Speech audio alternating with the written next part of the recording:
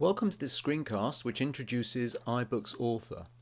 Now the first thing we're going to do is to have a look at a partially completed version of A Midsummer Night's Dream on the iPad, created with iBooks author. So here I am, I've selected the book that's being proofed on the iPad, and it's taken me straight to the first page of the table of contents. Let's just have a look at the title page. And from the title page, I can simply swipe through to the introduction. And as you can see, this is the story by Charles and Mary Lamb. I can just simply scroll through this text. Let's just go back to this page here, because this is interesting. We have some multimedia on this page. Here we have the 1935, or part of the 1935 film starring, amongst others, James Cagney and Nicky Rooney. And this is just a short extract of that. I wooed you with my sword, We can enlarge it up and to won full your love, screen. doing you injuries. But I will wed you in another key. And so on. We can continue to scroll through. Now I'm actually swiping my finger across the screen to just read this from left to right. It's a double page spread at the moment in this landscape mode. Then we have another page here, which is Shakespeare portraits as seen in a kind of slideshow. Unfinished yet, as you can see. I've just got some placeholder text in there at the moment. But if I tap on this, it will enlarge this up, so I can view this slideshow in a larger view. And then we can move on to the next section, which is the Dramatis Personae, and then Act 1. And then within Act 1 we have then Scene 1. So I've simply gone through at the moment so far to Scene 1, Act 1, Scene 1. Double page spread of the text, as you can see, but then occasionally on the left hand side of the double page spread I've got an image, and if I tap on that then I can view this and in fact even enlarge it up by using my fingers to zoom in on it like that. And then continue to read with another image there. Now, in fact, as you'll see later on when we look at iBooks author itself, these images are actually put onto the screen with a widget. And there's a good reason for that, as you'll see later. And then the final image there. Again, tap that up to enlarge it. And that's as far as we've got at the moment. Let's just now, while we're here in this landscape mode, let's go to the table of contents again.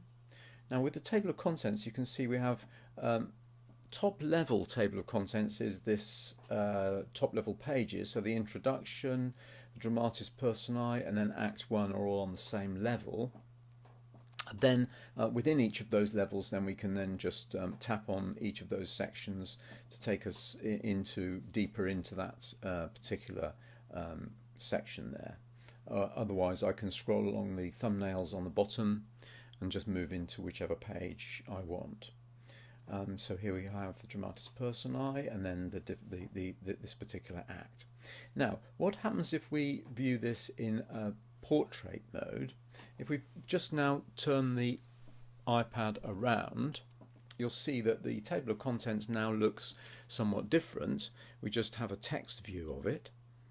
So as you can see, if we can tap on it and move straight into it, but we have a different view of the text. Now with the text, we're just simply scrolling up one continuous length of text, if you like, with this Shakespeare portraits at the bottom.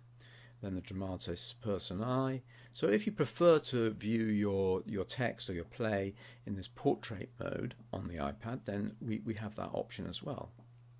But there are some very specific things we have to do to make this work for us in these two different modes. For example, as you can see, the widgets or the images that I've got embedded in the text as we were looking at it in the landscape mode have now appeared in this margin on the left, and if I tap on that image then I get the same view that I had before. I can zoom in on that, or I can just come back into the view of the text, and so on. Scroll up through the text, tap on the image, And there we have that one image. Get rid of that by clicking on the plus sign again if you like, or just go through the text until we come to the end, and you'll see here we have the final image.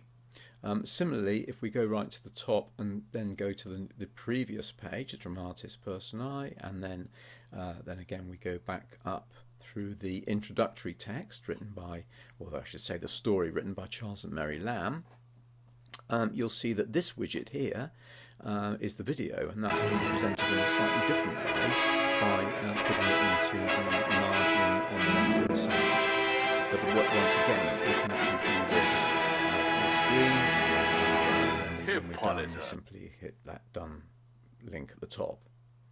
Okay, so there are two different modes then that we're viewing this in, and if I swing this round again, we're going back to the title page of A Midsummer Night's Dream in landscape mode. Now, before we leave this view of A Midsummer Night's Dream partially completed, it might be worth having a look at iBooks on the Mac itself. So we can proof this book that we've created with iBooks Author and actually have a look at it in here as well, just to show you the difference. This is actually opened into a place where I was previously. So let's just go back to the table of contents and have a look at the table of contents here. You can see that we can move through in exactly the same way, although of course we're not using our finger anymore, we're just simply clicking forward through the book, reading the text. Here's our widget again, views of Shakespeare, and move on to the act itself. So here's the first act with the first scene, and we can simply move through the pages. Now, when you're using iBooks on the Mac itself, we can't in fact view the portrait view. There's no portrait mode available to us. We actually have to view this on the iPad itself. So you can see here we don't have any options to change the view, but we do have the table of contents, and we can view the table of contents in this text way with this pop-up, or we can go straight to the thumbnails. So the next section of this podcast, screencast if you like, is to actually look at iBooks Author itself and see how we actually deal with iBooks Authors to build something along those lines.